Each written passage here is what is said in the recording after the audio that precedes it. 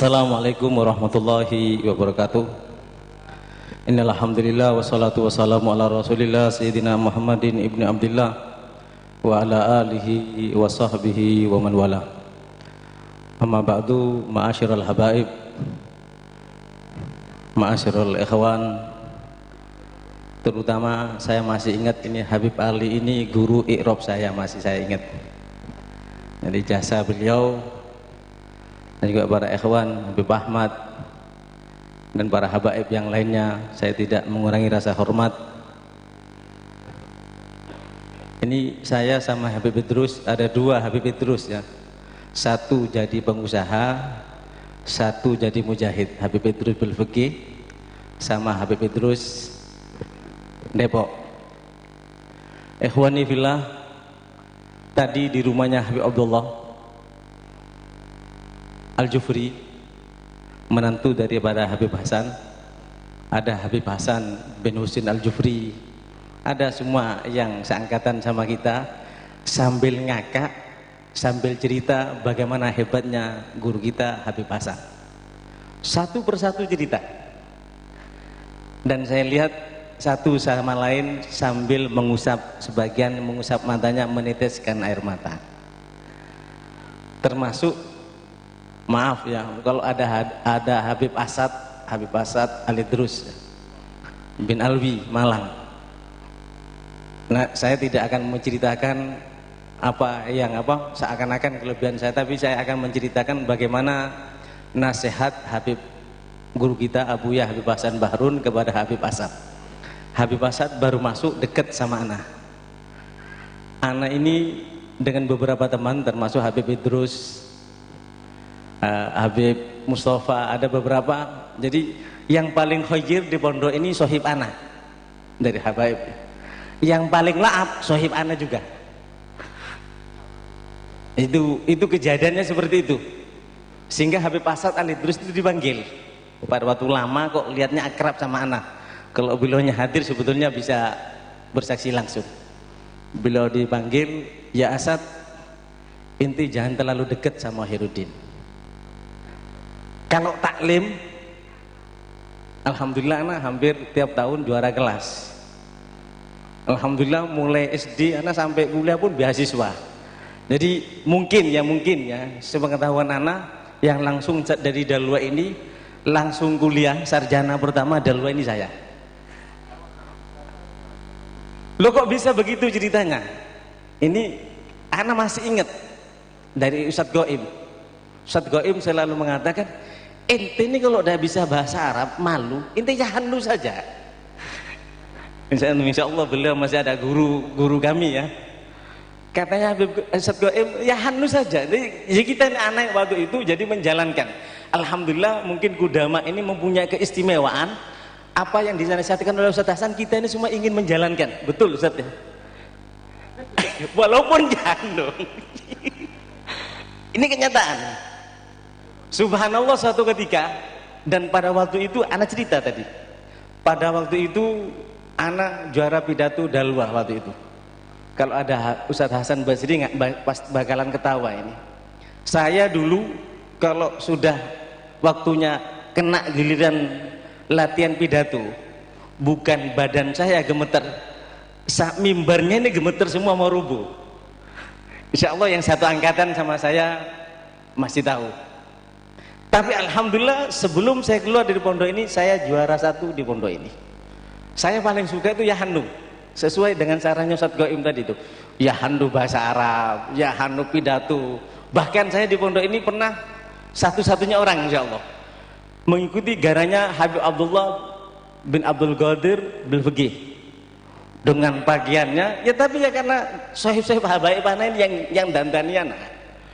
Ya Hanu dikawal, dikasih jubah, ya, dikasih mangkok air atau gelas, tapi kosong semua. Ya Hanu dikawal tapi didorong sampai dijatuhkan kita orang ini. Jadi itu jadi istilahnya betapa kita dulu guyup dulu itu. Sampai anak baru tuh ada beberapa yang duduk tadi itu, Ustadz ingat, Ustadz ini guru anak dulu, Ustadz Hiridin guru anak bilang, Beb, yang anak ingat antum ini sohib anak, bukan antum murid anak. Karena anak memang pada waktu itu di zamannya Habib Hasan, betul apa yang dikatakan oleh Habib Idrus tadi, Kita ini dulu, maaf ya, bukan karena fanatik ya. Kita dulu di sini ini kalau bukan Habib Hasan tuh bukan guru. Maaf loh. Maaf. Bahkan semua kita ini maaf. Saya ceritakan tadi. Saya pernah di pondok balik jenuh. Jenuh pengen pulang, alasannya apa?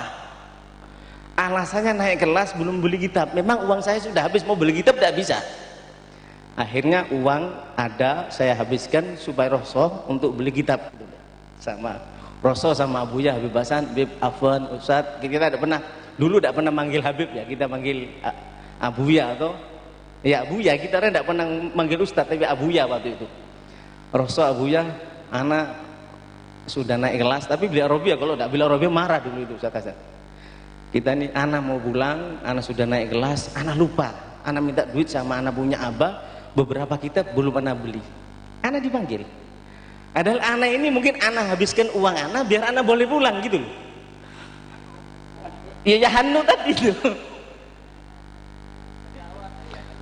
Subhanallah, dipanggil sama Habib Hasan. Dipanggil, tidak ada orang. Gal ya Khairuddin, ente fil mahad waladi.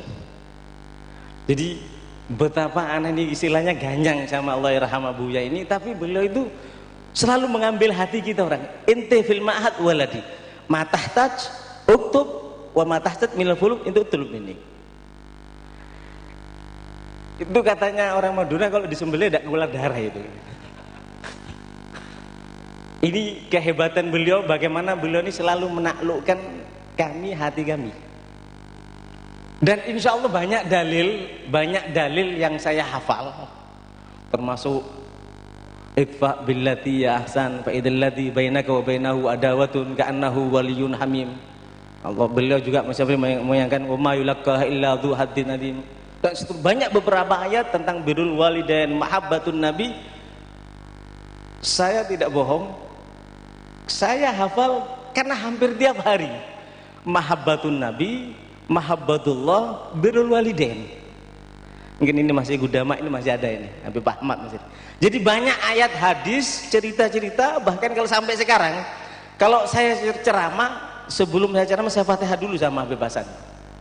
Jadi apa yang diceritakan Habib Hasan itu muncul. Jadi ada bekal pembekalan dari Habib Hasan, mungkin kena keikhlasan beliau akhirnya muncul. Walhamdulillah ikhwani fillah, pada waktu beliau meninggal, jadi saya dulu dengan Allah yarham Habib Ahmad bin Idrus bin Abu Bakar Al-Habsyi, adik kakaknya Habib Ubaidillah atau adiknya Habib Mahdi, sering kesini sepeda motor. Kenapa kok sering kesini pada waktu itu? Pada waktu peresmian Al-Huda, saya jadi ceritakan, katanya Habib Abdullah tadi, Habib Abdullah ikut pada waktu itu. Kita ini kan ya Hannu gitu loh, dari Membat ya Hannu. Ya Hannu intelek. Maaf, saya mondok baru 1 tahun. Insya Allah teman-teman sudah ya, saya sudah dakwah di mana-mana. Dan saya tidak mau ceramah, walhamdulillah sampai sekarang, kecuali di kampus. Sampai sekarang S2, S3 itu banyak murid saya, profesor itu ada. Memberkati ya Hannu. Kena taat sama guru. Kena taat sama guru. Subhanallah, pada waktu di Al-Huda, saya merasa diri saya bukan siapa-siapa. Saya bagian bukan seperti santri, ya seperti anak gaul pada waktu zaman itu. Baju juga tidak putih, ya anulah, ndak aktabir nafsi. Saya menganggap diri saya bukan siapa-siapa di depan siapapun, termasuk di depan yang kita hormati bersama, kita banggakan bersama, Al-Maufurlah Habib Hasan. Saya berderet setelah Habib Hasan ceramah untuk mau salaman sama beliau dari belakang. Pikir paling tidak dihawil, salaman kasih no, selesai anak pulang. Demi Allah, suku juru tubuh saya ini gemetar. Salaman terakhir dengan baju yang istilahnya tidak sopan, dengan penampilan yang tidak menjanjikan, tidak membanggakan bagi beliau. Tangan saya dipegang. Ya Khairuddin fin ayyaman, lau ma tastak ilai anak stak ilai. Demi Allah beliau katakan, ente kemana ente? Kalau ente tidak rindu sama anak-anak yang rindu sama ente. Kalau perlu ente catat alamat ente, ana yang ke rumahnya ente. Demi Allah, saya ngajar sampai detik ini, saya buka majelis lebih dari 20 majelis yang saya bina, bahkan ada beberapa pesantren yang saya bina, yang sepegang sendiri, ada madrasah, ada pondok, bukan karena saya pintar, tidak, tapi karena saya merasa disentuh hati saya oleh Habib Hasan. Saya berkewajiban untuk mengabdi, apa yang saya dapat harus saya sampaikan, bukan saya merasa pintar, tidak, tapi itu hati yang selalu disentuh oleh Habib Hasan ini. Sehingga mimbabi hanu lagi, mimbabi hanu, alhamdulillah mungkin ya, karena beliau mungkin insya Allah yang Gudama masih ingat, ya auladi, kalau inti ikhlas, inti tidak kurang ajar sama guru inti belajar dengan betul, sebebal apapun inti, insya Allah Allah buka. Yang aneh katanya beliau, orang belajar kok tidak bisa. Kalau orang belajar bisa itu udah aneh. Itu motivasi diantara beliau sampaikan. Juga motivasi yang beliau sampaikan, ya auladi, kalau inti belajar rajin menghafal segala macam, inti niatkan inti belajar menghafal berjuang untuk inti persembahkan kepada Nabi Muhammad sebagai wujud cinta inti kepada Nabi Muhammad. Kalau inti punya niat seperti itu, inti tidak akan pernah patah semangat. Boleh tanya sama guru-guru yang dulu, mungkin ada beberapa teman yang mengalami seperti saya ini termasuk murid yang oleh guru dilarang pegang kitab di sini. Karena sarannya Habib Hasan, sehingga Pak, saya semangat belajar itu banyak. Membaca, membeli buku, tanya, itu karena saran seperti beliau. Sehingga Pak, dimanapun saya berada, di pondok ini, sampai sekarang di luar pondok, saya selalu bersama dengan buku. Sampai salah satu guruannya di sini waktu itu, yang dari Langitan tidak salah, Ustadz Muhyiddin atau siapa itu, beliau bilang, ya Khairuddin, ini jangan terlalu banyak pegang buku sama kita, nanti stres. Karena dimanapun anak pergi, yaitu dari mimbab Yahanu tadi itu, Yahanu mengamalkan apa yang disarankan oleh guru. Walhamdulillah berkat saran-saran guru itu, karena kita ini yang nakal dulu, kita yang nakal ini dulu mungkin sikapnya nakal, tapi insya Allah saya yakin, termasuk diri saya dan kepada Gudama, hati kami selalu takdim kepada guru kami, terutama kepada Habib Hasan. Dan yang terakhir, sebetulnya banyak, tidak bakal pernah selesai ini. Insya Allah kalau satu orang suruh mewakili alumni, mau Ustadz Mulgani, mau Habib Idrus, ya, semua mewakili, insya Allah saya yakin satu orang tidak akan pernah selesai. Cuman mimbab Yahanu lagi saya cerita. Waktu Habib Hasan meninggal, saya hadir bersama Habib Ahmad bin Idrus bin Abu Bakar Al-Habsyi Al-Maufurlah. Saya hadir di sini, saya lihat sohib-sohib anak nangis. Saya jawil Habib Ahmad, Bib, hadza kullu Yahanu. Yahanu, abuya wafat, beliau Yahanu ini nangis semuanya, Bib. Demi Allah, pada saat saya mendekat dan memegang keranda beliau, demi Allah, tanpa terasa tetesan air mata. Betapa banyak keteledoran dan kekurangan yang saya lakukan, yang saya rasa sampai kapanpun saya tidak bisa membalas jasa beliau. Sehingga saya tidak kalah seperti anak kecil, seperti teman-teman yang lainnya menangis. Ingat kebaikan beliau, karena insya Allah semua yang ada di tempat ini, apalagi Ustaz Sultan tadi menyampaikan, tidak pernah kami merasa sebagai murid beliau, tapi kami merasa sebagai anak beliau. Dan beliau, ya Allah, yang sebelum saya lupa, tarbiyah yang sangat luar biasa.